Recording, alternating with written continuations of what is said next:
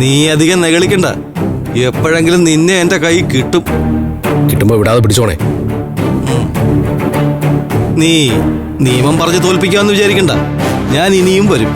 വരുമ്പോഴേ ഇപ്പൊ തലയില്ലാത്ത തൊപ്പി തലയിലുണ്ടാവും. പ്രാർത്ഥിച്ചോ.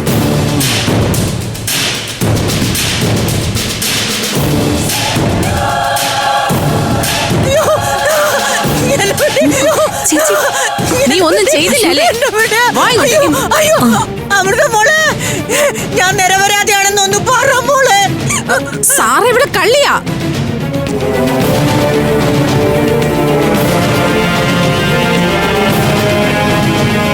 ആധാരം എടുത്ത് മാറ്റിയത് ഇവളാണെന്ന് സംശയമുണ്ട്.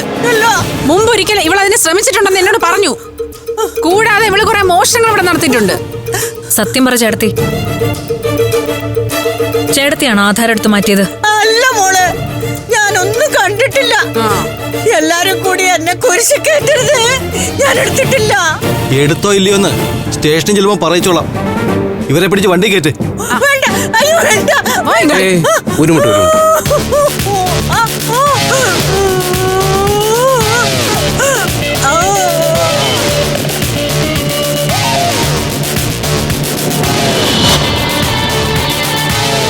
ഇത് സുലോചന, പരുത്തിപ്പാറ സുലോചന.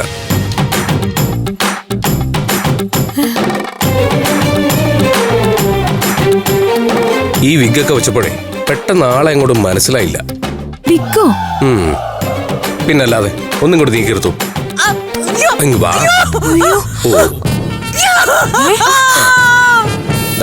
ഒരു മിനിറ്റ്. അമ്പടി കള്ളി.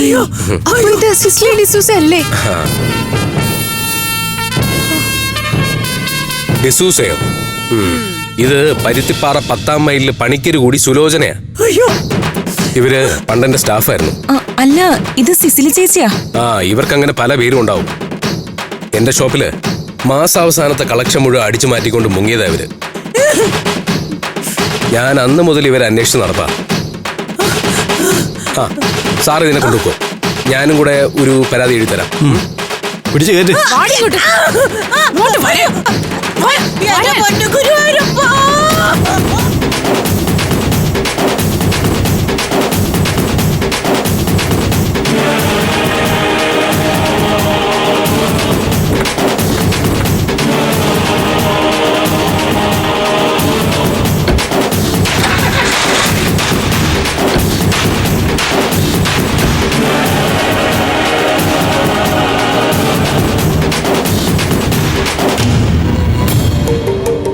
വെറുതെ അല്ല അഭിയേട്ടൻ വരുമ്പോ സിസിലി എടുത്ത് ഒളിച്ചോണ്ടിരുന്നത്.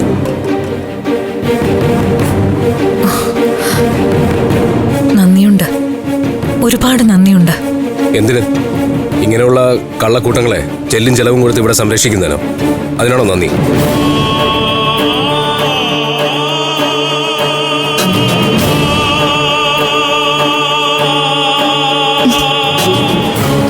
ചേച്ചി, എന്നാലും നമ്മുടെ ആധാരം എവിടെ പോയി?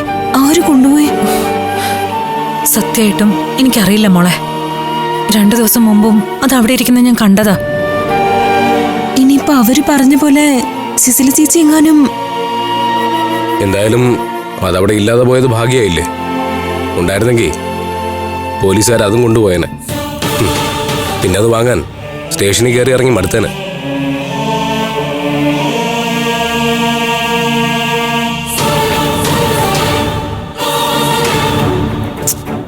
ഇനിയിപ്പോ ആധാരം മാറ്റിയത് സിസ്ലി ചേച്ചി തന്നെയാണോ? ആയിരിക്കും, ആവാനാ സാധ്യത.